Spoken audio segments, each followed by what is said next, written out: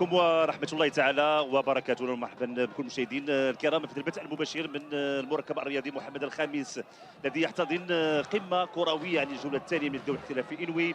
مباراة الكلاسيكو بين الرجاء الرياضي البيضاوي وفريق الجيش الملكي، مواجهة ننتظر منها شيء الكثير لقيمة وعراقة وتاريخ الفريقين.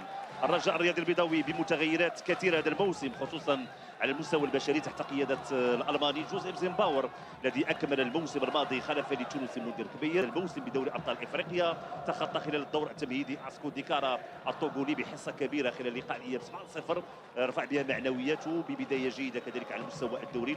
حقق فوزه الأول على شباب المحمدية 2-0 تحت قيادة جوزيف زينباور ونصر الدين النبي المدرب التونسي. ينتظر حوار تكتيكي بين المدرسة الأوروبية الوحيدة الحاضرة ببداية هذا الموسم على مستوى قيادة العارضة الفنية للأندية الوطنية والمدرسة التونسية بقيادة نصر الدين النبي. الفوز في لقاء الكلاسيكو عنده طعم خاص، دفعة معنوية قوية. ملعب بسرعة نقدموا التشكيلة ديال الفريقين. الرجاء سيدخل بالمجموعة التالية: أنس زنيتي في حراسة المرمى، باقي اللاعبين اسماعيل مقدم، عبد الصمد بدوي، عبد الله خفيفي، يوسف بالعمري، محمد زريده، محمد المقعزي، روجر اولو، زكريا الوردي، يسري بوزوق ونوف الازروني. المدرب الالماني جوزيف زينباور. باقي لاعبين على مستوى الاحتياط الجزاء، وهي النسخه اللي حقق لقبها فريق الجيش الملكي على حساب الفريق المغربي التطواني. اخر انتصار الجيش الملكي بمدينه الدار البيضاء اياب موسم 2015-2016، انتصار كان كبير، 4 اهداف مقابل هدف واحد. سجل الجيش الملكي زوير اوش الثنائيه، بوشعيب السفياني ويوسف انور، فيما سجل للراجل نقطه جزاء وعصام الراقي حاضر على مستوى المنصه الشرفيه. هذه المحاوله ترفع الكره داخل منطقه الجزاء، فرصه لفائده فريق الجيش الملكي، تدخل اسماعيل مقدم، كره في يد فريق الجيش الملكي. رابع حريمات على مستوى الوسط، تدخل فريق الجيش الملكي. حكم لاعب الجنوب الافريقي لاعب سان داونز عبد الله خفيفي، ادم النفاتي لاعب سابق الجيش الملكي. تحرك ديال الاماراتي والحارس باعي قادم الجيش الملكي. فرصه للرجاء، فرصه للرجاء، لوف الازرق، ايمن حسين هذا المهاجم العراقي المهدي مبارك المعار من فريق العين الاماراتي.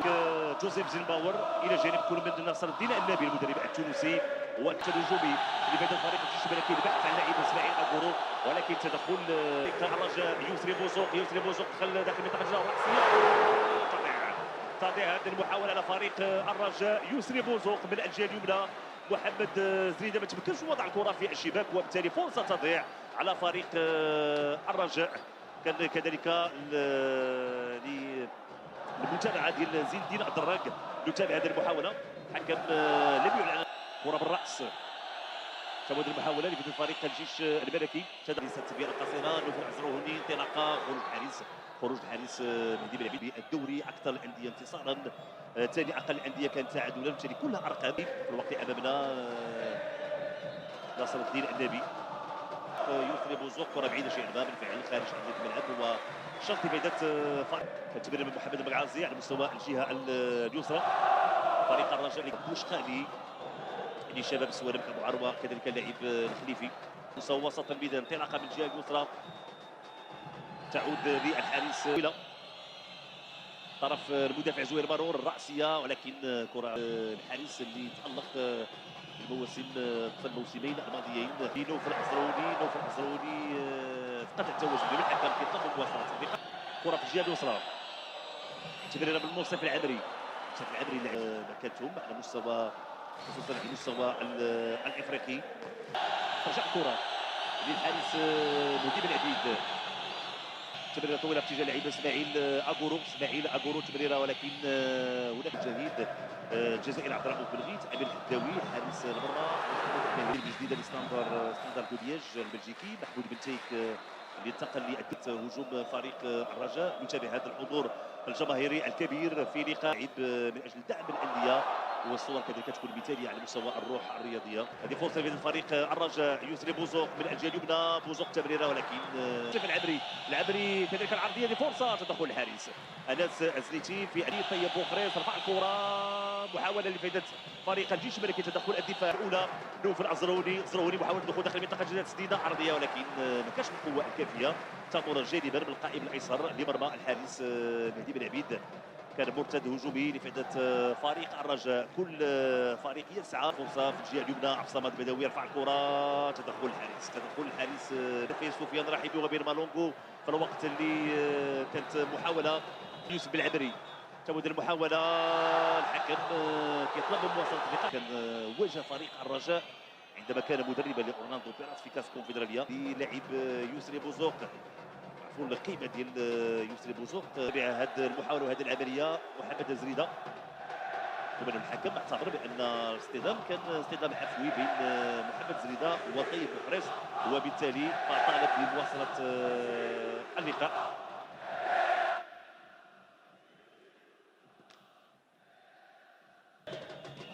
افتح حدراف كينتظر المسانده.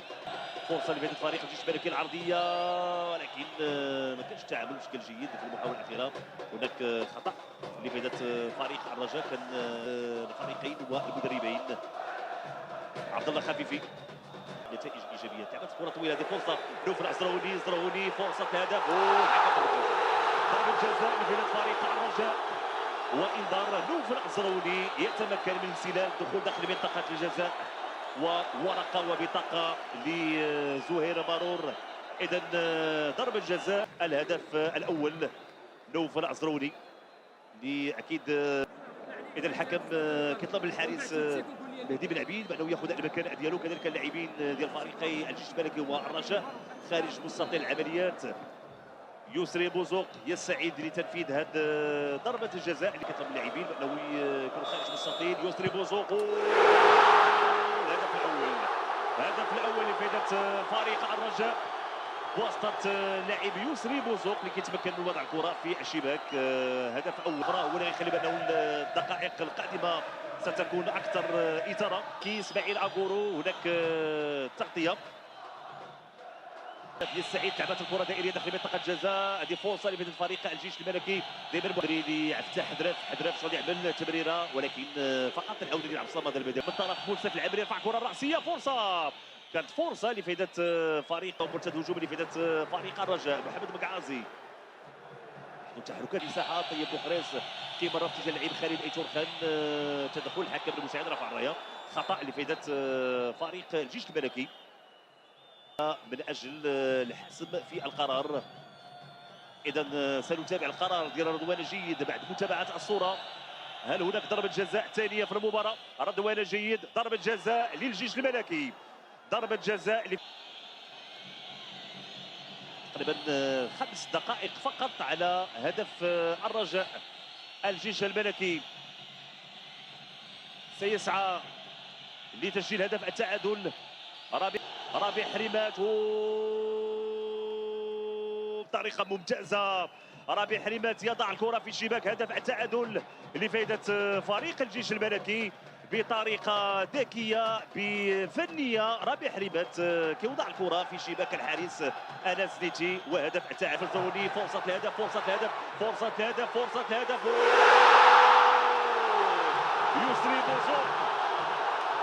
يسري بوزوق ثنائيه. هدف جميل لفائده فريق الرجاء. اي الطريقه والسرعه لنوف العزراوي. انسلال مره اخرى وراء ظهر المدافعين يتمكن من المراوغه. يضع الكره ليسري بوزوق اللي بطريقه ممتازه يضع الكره في شباك الحارس المهدي بن عبيد. وهدف ثاني لفائده فريق الرجاء. زوير مارور. هذه فرصه لفائده فريق الجيش الملكي. زكريا الهبطي فرصه. هدف تعادل لفائده فريق الجيش الملكي. زكريا الهبطي لاعب سابق للرجاء يتمكن من وضع الكره في شباك.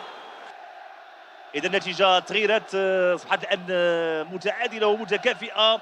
زكريا الهبطي انه ياخذ الكره داخل منطقه الجزاء، يلعب الكره بالرجل اليمنى بعدما كان يعني الكنترول بالرجل اليسرى. لاعب كما قلت عنده امكانيات مهمه. زكريا الهبطي سيكون يعني واحد من اللاعبين المتميزين. انتظروا العشر دقائق الاخيره.